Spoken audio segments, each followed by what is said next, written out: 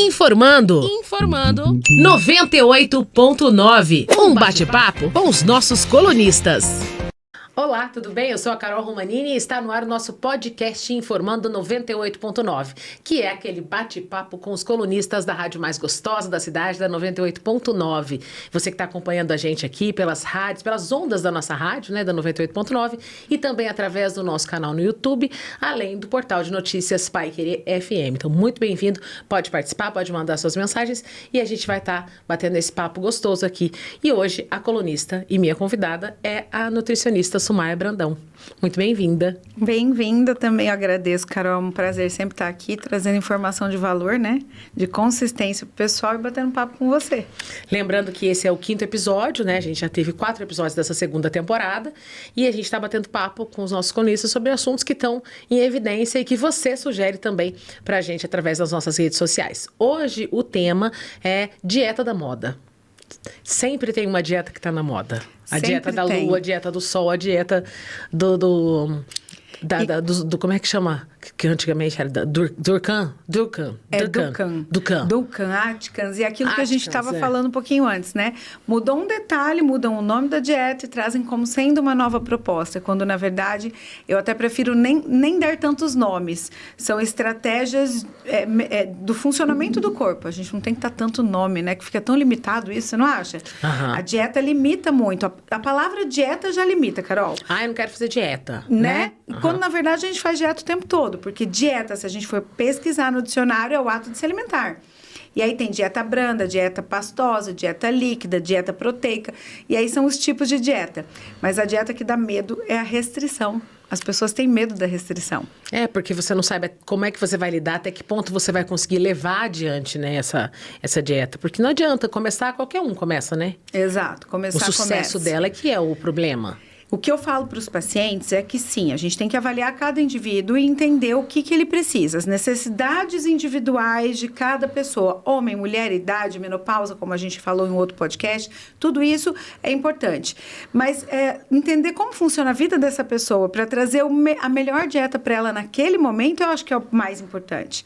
E tem um outro detalhe, as queixas 90%, fim de semana eu não consigo me controlar. Ajustar o fim de semana dessa paciente. Óbvio, tá? Existem essas estratégias importantes, que a gente dá nome, mas que são estratégias nutricionais para potencializar, para destravar o metabolismo, para sair daquele efeito platô, que a pessoa não tem mais resultado. Sim, a gente precisa de algumas estratégias, mas são curtas, são pontuais, né? Então, fazendo isso de uma maneira adequada, o paciente não precisa ter medo da dieta. A restrição, ela vem de você se limitar ao que você escolhe naquele momento. Se eu preciso comer aquilo e abrir mão de me sentir melhor com o meu corpo, com a minha saúde, ou se hoje vale a pena comer aquele lanche, tá tudo bem. Só que a gente tem que saber ônus e bônus a todo momento. Tem que levar tudo em consideração, né? A gente está batendo papo aqui com a Sumaia. A Sumaia é nutricionista, como eu falei, mas ela é nutricionista funcional ortomolecular com mais de 21 anos de experiência. Tem especialização em fitoterapia, nutrição ortomolecular, nutrição funcional e saúde metabólica. Palestrante e mentora do método Eu Mais Magra. Tem diversos cursos online, entre eles mudança de mentalidade, emagreça com saúde, organize sua rotina alimentar e saúde da mulher na menopausa, que foi, como ela citou, a gente falou isso num episódio passado, se não me engano, no terceiro episódio. Você dá uma passadinha, ouvir, é bem bacana. Papo que a gente teve com ela e também com a Nanda Cunha, que é uma outra colunista da rádio. E a gente falou sobre sexualidade, né, da mulher nessa época da menopausa. E a importância de tudo isso, né, do emagrecimento, para a mulher se sentir Exato. Bem e feliz, né? E você falou ali da mudança de mentalidade, só para pincelar aqui. Uhum. A gente está falando muito de estratégia. De carboidrato, proteína. Quando a gente falar de dieta agora que a gente vai entrar, a gente vai falar muito disso. Mas é a mentalidade que tem que acompanhar o nosso objetivo. Você já percebeu que quando você se decide a fazer algo e você se prontifica a fazer, pode aparecer 1000 convites, 1000 situações, você fala, não vou. E você está firme, porque você mentalmente, você quer aquilo vale a pena para você. É esse o passo a passo de cada minuto nas mudanças, não só alimentares. O que eu costumo dizer, né? Exato. O que eu costumo dizer assim, para você se formar em qualquer faculdade, tem que estudar, não tem? Tem que fazer prova. Aqui também, na vida, assim, na alimentação não vai ser diferente. A gente tem que se aplicar em detalhes e mudar padrões. É isso. E dentro do que a gente pode fazer. São infinitas as dietas e os nomes, como você já falou, né? Que são dados a essas dietas. A gente separou 3 que são as que mais estão na moda hoje, o que mais se fala, né? A cetogênica, o que ela é? O que é essa dieta? Essa dieta cetogênica, ela traz um resultado bem bacana para aquela quebra de platô que eu falei, aquele pessoa que travou o emagrecimento. É uma dieta onde a gente trabalha de 3 a 5% de carboidrato, ou seja, você não vai comer alimentos base de carboidrato. Pão, arroz, batata, mandioca, muitas frutas vão ser limitadas por um determinado tempo. Então, é uma dieta que vai baixar os seus níveis de insulina, que é o hormônio que traz o alimento para dentro da célula, só que quando sobra caloria, ele transforma em gordura muito rapidamente. É um hormônio que aumenta a reserva de gordura, então. A insulina é um hormônio que aumenta o apetite, aumenta a vontade de comer doces e carboidratos. Então, quando a gente está com ela em desequilíbrio, a cetogênica é uma chamada interessante para baixar isso. Outra coisa interessante na cetogênica é que eu não posso deixar a fibra de lado e, ao contrário do que todos pensam, que ela é uma dieta com proteína e gordura, a gente está falando de gorduras boas. Tá? Então, é uma restrição de carboidrato, bastante proteína e um aporte legal de gordura. Só que gorduras boas. Não é para fritar bacon o tempo todo. Então, é o abacate, óleos bons, né? O azeite entra bastante aí. Entra aí o coco, o óleo de coco e as castanhas, nozes oleaginosas de forma geral. Então, é isso a dieta cetogênica. Ela vai ser uma restrição de carboidratos com bastante proteína de qualidade. Quais os benefícios você já disse e quais são os riscos dessa? Então, o risco dieta? é quando ela pode sim trazer um benefício de um emagrecimento mais rápido. Só que isso vai funcionar por um período de tempo. Os riscos, como ela é muito limitada, né, não só no carboidrato em si, que se fosse só isso estaria tudo bem, ela limita frutas, alguns legumes cozidos e tudo mais, feijões e grãos, eu acabo me privando de nutrientes, né? Ela é muito indicada para quem tem doença neurodegenerativa, alguns estágios de convulsão. Então, neurologicamente é uma dieta muito legal para isso, mas ela tem que ser tratada em momentos, em ciclos, para não trazer uma deficiência muito grande. Ou no caso de um paciente que necessita, por alguma patologia, alguma doença, aí tem que suplementar. Mas o maior problema dela é esse, Carol. Eu me limito muito ao consumo de fibras e nutrientes se eu não dedicar muito tempo à variedade dessa dieta, que não é tão variada assim. Que ela é mais restrita e é por isso que você deve fazer ela por um período... Por um período de tempo. No consultório eu uso ela em ciclos, quando necessário. De quanto? Tem um prazo fixo? 7 a 21 dias. Depende daí de pessoa a pessoa. Depende de pessoa para pessoa. A gente vai usar a cetogênica em ciclos... E eu também uso ela em ciclos assim, segunda e terça, cetogênica. Porque aquela pessoa que abusa no final de semana, segunda e terça faz uma cetogênica, a insulina baixa. Mas aí com o objetivo único de baixar a insulina e abaixar o estímulo que ela tem de reservar mais gordura. E ela volta para uma outra dieta, o próximo dia é uma outra dieta. Uma outra dieta, uma dieta mais individual, né? Eu gosto muito da low carb, que é uma dieta tranquila para se manter, né? A cetogênica, para você manter a longo prazo, ela é muito difícil. Mas a low carb é legal. Então, de uma cetogênica para uma low carb. E aí, são outras variáveis. Daí a low carb, ela é aquela que... Você pode consumir carboidrato, mas eles mais complexos, é isso? Isso. A low carb é aquela alimentação onde eu tenho um padrão, mas eu tenho menos carboidrato. A dieta normal, ela vai ter de 40% a 50% dela de carboidrato, só para ser rápido, entender. Arroz, batata, tudo que faz de batata, qualquer tipo de batata, mandiocas, quinoa, fruta, suco de fruta. Isso sem falar no açúcar, no mel, no melaço, né? A aveia entra aqui, a cabotiá entra aqui, o milho entra aqui, todos os derivados deles. Que nada disso está na cetogênica. Que nada disso está na cetogênica, mas tudo entra na low carb. Então tem muita coisa, né? Tem muita comer. coisa. Não é, tipo, não é uma... Essa não é... Quando fala que ela é restritiva, ela não é, né? A low carb não é restritiva. Ela só não vai te deixar comer doce do jeito que você quer, o arroz do jeito que você quer. Pão branco. Exato. Ela pontua a porção. Ela porciona o seu carboidrato. Mas você pode comer, inclusive, se quiser, em todas as refeições. Essa eu acho que eu me daria melhor nela. É a mais tranquila de se seguir. A gente fala assim, a gente falou disso, inclusive, aqui nos bastidores, como é difícil a gente... Porque quando você pensa dessa maneira que você fala, mas é fácil demais, gente, fazer isso. Olha só, por que eu não tô fazendo? Só que assim, já comecei várias vezes e já parei. Por que é tão difícil manter isso a longo prazo? Isso tem a ver com mentalidade, porque a gente é muito apegado emocionalmente na comida. A comida, ela vem suprindo falta. Então, falta de amor, falta de carinho, falta de dinheiro, falta de tempo, falta de autocuidado, falta. Vem preencher um vazio. Então, a gente busca muito isso. E a gente não busca isso numa alface e num pé de repolho, né? Não. A gente vai para onde? Alimentos que liberam dopamina rápido, que são aqueles alimentos que vêm da farinha branca, do leite, do açúcar e da carne vermelha. Então, esses são 4 alimentos que a gente classifica como alimentos opioides, no seguinte sentido, opioide, libera dopamina tão rápido que te gera um prazer muito legal, só que curto. Dali um tempo ela cai, você volta, o cérebro volta com a necessidade, dá mais dopamina, que eu preciso de mais prazer, e a gente volta a querer mais desses alimentos. Então, esses alimentos a gente tem que limitar, e um dos segredos, só para dar para as pessoas, é não comer, por exemplo, pão, açúcar doce sempre de sobremesa de uma refeição. O pãozinho sempre com uma proteína associada, porque eu consigo ter o prazer, mas não ter esse pico tão pequeno de dopamina e uma queda muito grande. O rebote não é tão grande, entende? Uhum. Perfeito. A gente vai fazer um intervalo rapidinho, eu juro que é bem rapidinho, e a gente já volta com mais assuntos e mais dietas da moda, tá? Não sai daí não.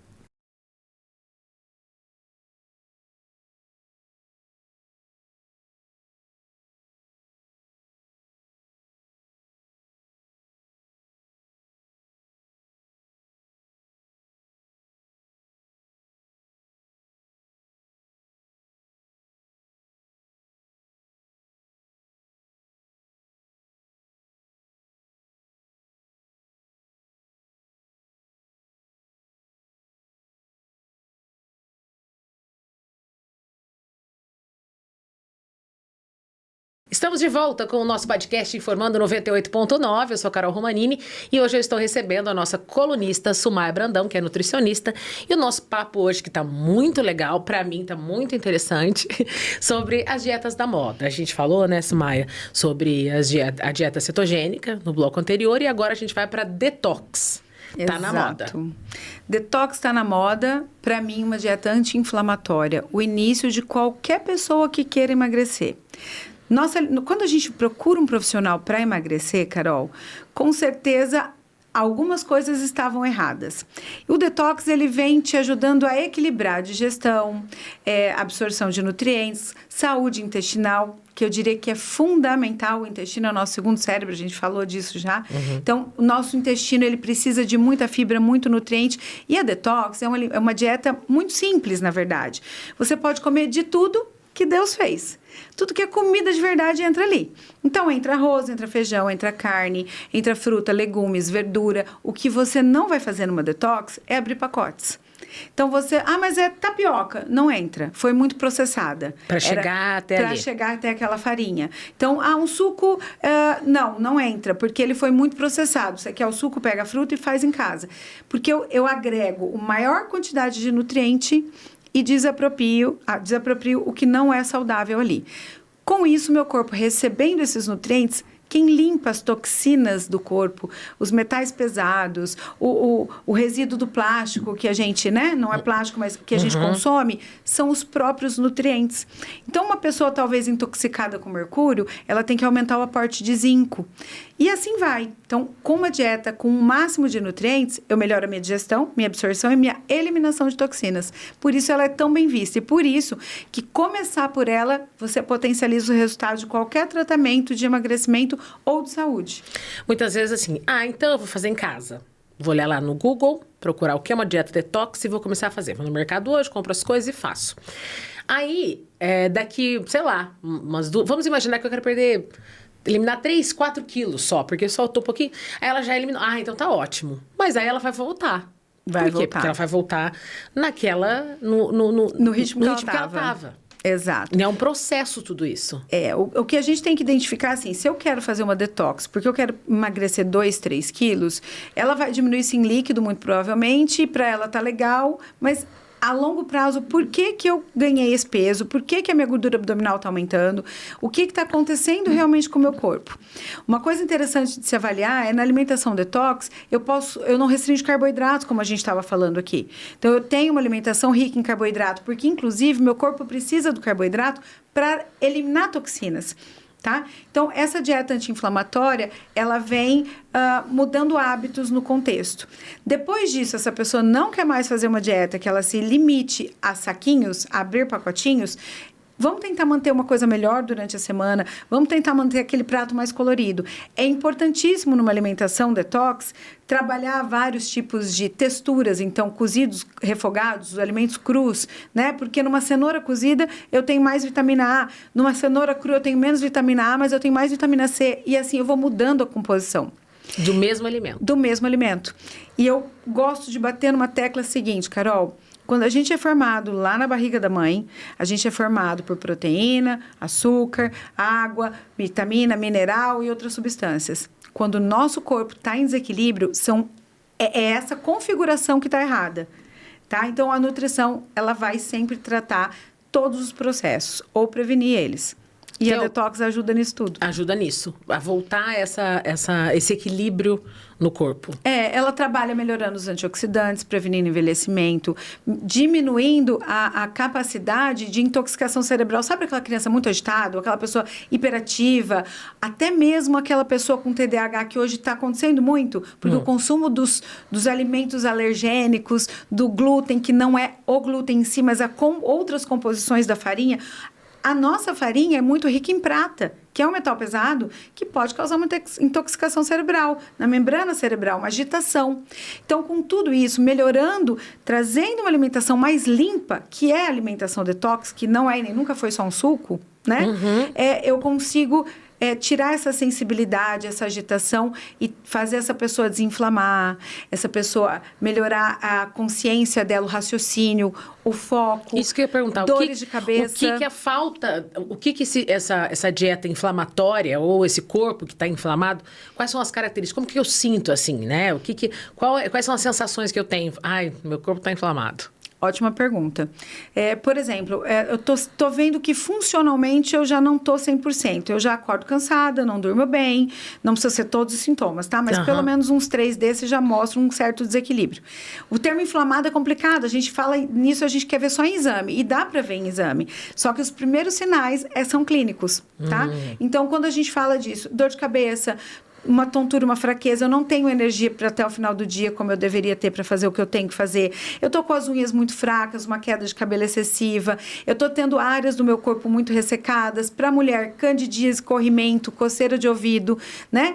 Todas essas características, intestino alterado, insônia, alta irritabilidade, são desordens pequenas, mas que o teu corpo está dizendo, aqui não tá legal. E ele vai sempre tentar equilibrar a balança, né? E nesse caso, eu tenho um começo aí de um desequilíbrio que pode gerar um processo inflamatório, não local, mas sistêmico. O que é sistêmico? Tudo começa a dar uma falhazinha, tudo não está funcionando como deveria. E essa alimentação, ela vem limpando, ela vem melhorando. Inclusive, como a gente falou da menopausa já, o excesso de glúten aumenta os calores da menopausa.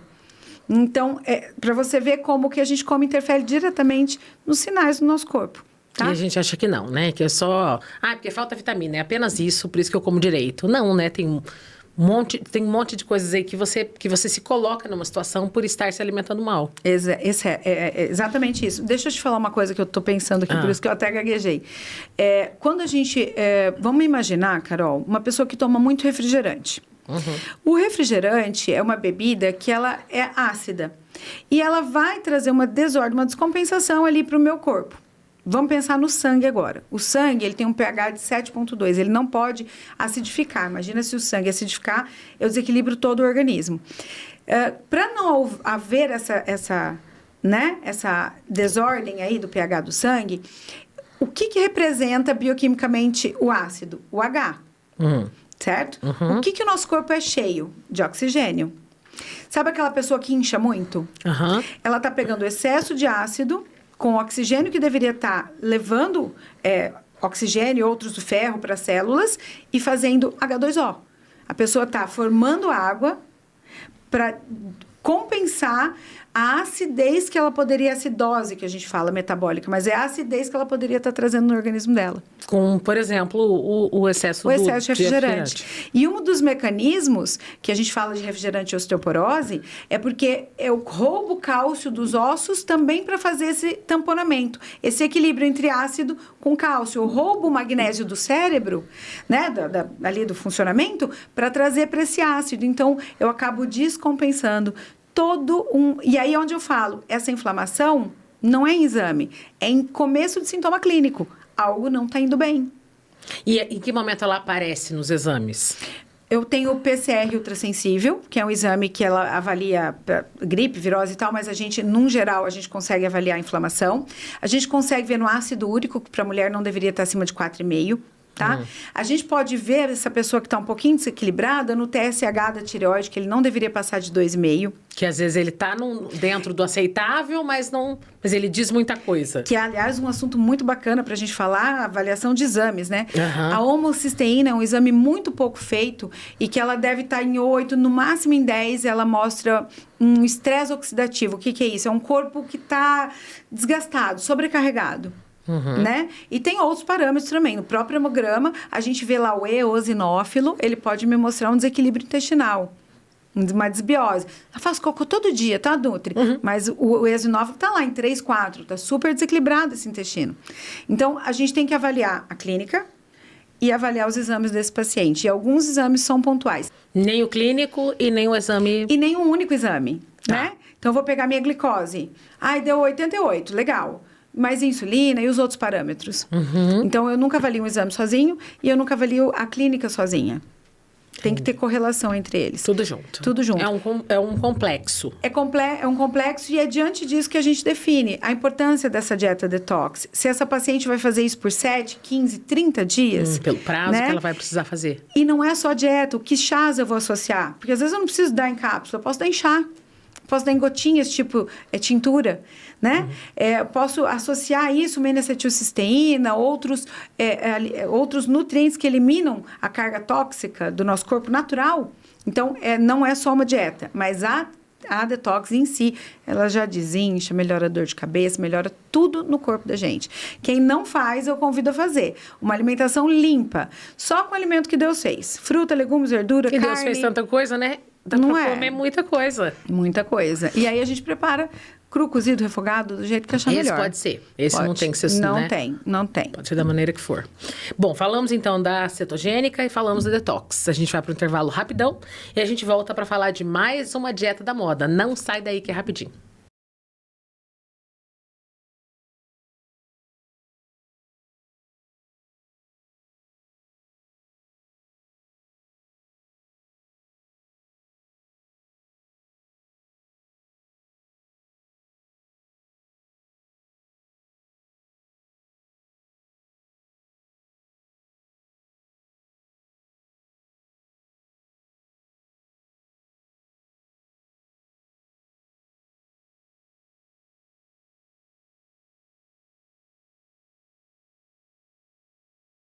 O podcast Informando 98.9 está de volta. Eu sou a Carol Romanini e hoje estamos recebendo a nossa colunista, nutricionista Sumaia Brandão. Estamos falando de dietas da moda.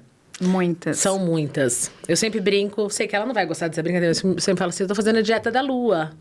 Posso comer tudo menos a lua. Exato, né? Não pode, né? Não pode. Tá. A lua também pode. Não pode. Não pode também? A lua, coitada da lua. Deixa a lua lá. Agora a gente vai falar do jejum intermitente.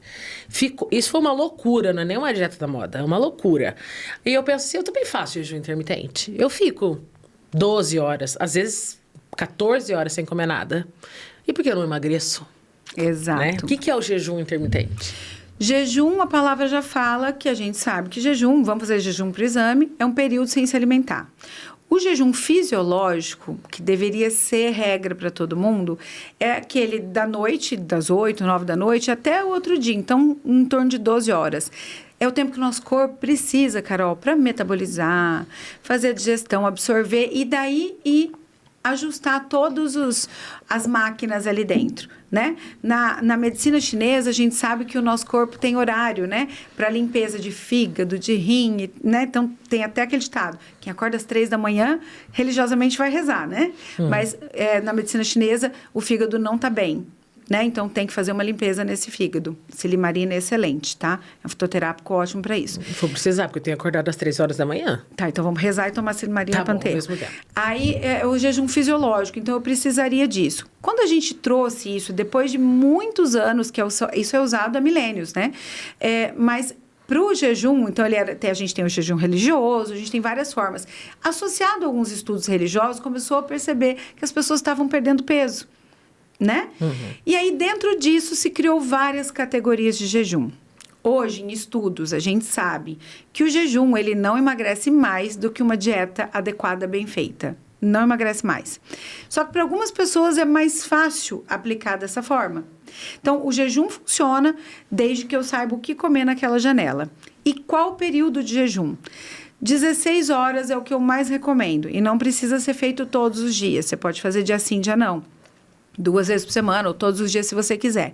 Só que entenda que tira só o café da manhã da sua rotina e economizar 200 calorias. Então, tem que ser um período, porque depois de 14 horas eu passo a aumentar a utilização da gordura como fonte de energia. Jejum intermitente ligado a uma alimentação legal, com quem faz atividade física, aumenta em até 300% a atividade das nossas mitocôndrias. São as células, o forninho que queima a nossa gordura.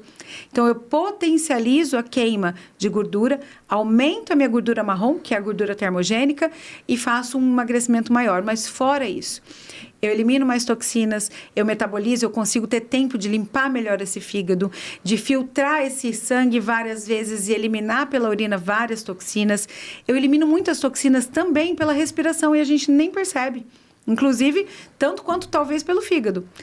E tendo essa janela, não comendo, meu corpo consegue fazer isso tudo de uma melhor forma. Também muito usado, não só para emagrecimento, mas para melhor a autofagia, que a gente fala. Então, em algumas doenças como câncer, dependendo do tratamento, não é para fazer sem orientação, a gente associa alguns tipos de jejum à cetogênica no dia da quimioterapia, por exemplo. Porque a célula se alimenta muito do açúcar, do carboidrato. Se naquele dia eu não como muito carboidrato, ela absorve mais da medicação. Então, são estratégias que têm que ser aplicadas individualmente. Mas, então, é por isso que a gente falou, né? São nomes de dietas, mas tem utilidades. Eu indico de 14 a 18 horas, o mais comum de 16, aí em quantos dias você achar interessante. Mas é importante, então, na volta desse jejum, porque comer não posso direito. comer um lanche, um x-salada na volta desse jejum. Ou almoçar. Eu vou almoçar, mas eu vou almoçar aquele pratão enorme. Eu posso? Não deveria. Tá. Eu tenho que distribuir. Então, se eu tenho que comer 1.000 calorias por dia, eu tenho que distribuir nessa janela no máximo as 1.000 calorias. O meu déficit calórico para eu emagrecer continua sendo importante no jejum, né? E detalhe, durante o jejum, o que eu posso consumir nessa janela? Água, chá, sem açúcar e sem adoçante. Eu não posso ter estímulo ao paladar doce. Se minha língua sente o doce, ela entende que está vindo açúcar, libera insulina. E o motivo do jejum funcionar tão bem é que esse hormônio está baixo. Ele não tem estímulo, que é a insulina. Então, no jejum que a gente fala, um jejum metabólico, eu posso tomar água, eu posso tomar chá, eu posso tomar café sem nada de açúcar ou adoçante, eu posso usar o limão, né, nessa água. Eu posso usar ervas, canela, cravo para saborizar essa água sem problema nenhum. Clorela, legal. Espirulina, cúrcuma, vinagre de maçã, legal. Fazer um shotzinho durante o jejum. Tudo isso vai potencializar a minha eliminação de toxinas e o efeito do meu jejum. Então, eu posso estar associando isso. Mas na hora que eu inicio minha alimentação, naquelas horas, eu tenho que comer com qualidade da mesma forma. Do mesmo jeito aqui. E a gente tem que caprichar, né? E sempre ter aquela variedade, comer as frutas, verduras, legumes, carnes magras. Isso não muda, porque isso é padrão de saúde. Não dá para fugir muito disso. É, só o jejum intermitente em si, ele não vai funcionar em nada, que é o que eu faço, mas não por uma opção. Porque eu já me acostumei com isso. Eu não tomo café da manhã, daí fico às 12 horas, não de dormir, mas umas 8 horas de sono, mais às 4 horas da manhã até perto do meio-dia, e vou comer. Só que daí eu tô morrendo de fome, né? Quando chega um paciente desse no meu consultório, muitas vezes... Vai embora, porque você não tem mais jeito. Não, na verdade, muitas vezes eu aumento as alimentações, as refeições do dia e essa pessoa responde ao emagrecimento muito melhor.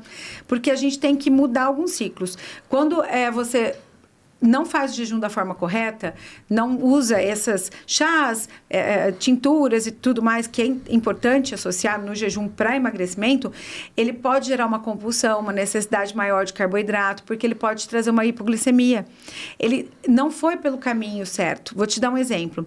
As pessoas que comem muito errado, têm uma alimentação muito rica em carboidratos, no momento de jejum, ele não consegue entender que é para usar a gordura como fonte de energia. Ele busca, e aí ele quer o carboidrato. Ele quer o carboidrato. Na falta, a resposta mais rápida pode ser usar o seu músculo e aumentar a sua necessidade de comida. Então, tem que ter muito cuidado e o jejum não é para todo mundo.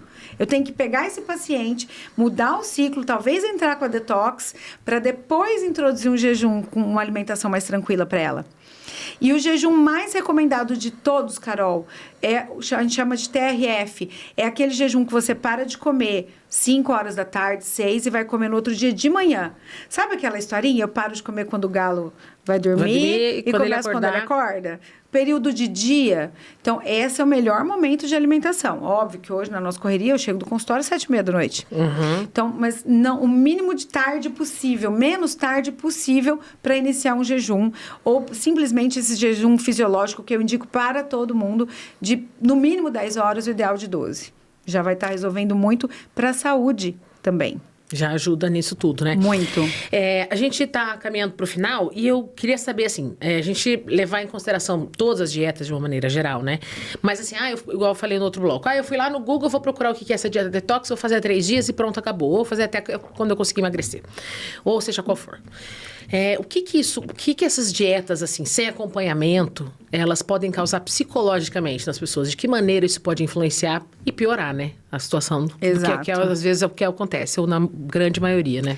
Essas pessoas que buscam dieta sem orientação, primeiro que a gente não sabe o que é adequado para ela e qual é o momento do que ela deve fazer que caberia melhor ao organismo dela, como a gente está falando. Uma pessoa que tem uma alimentação muito desregulada, entra num jejum grande, ela vai ter compulsão.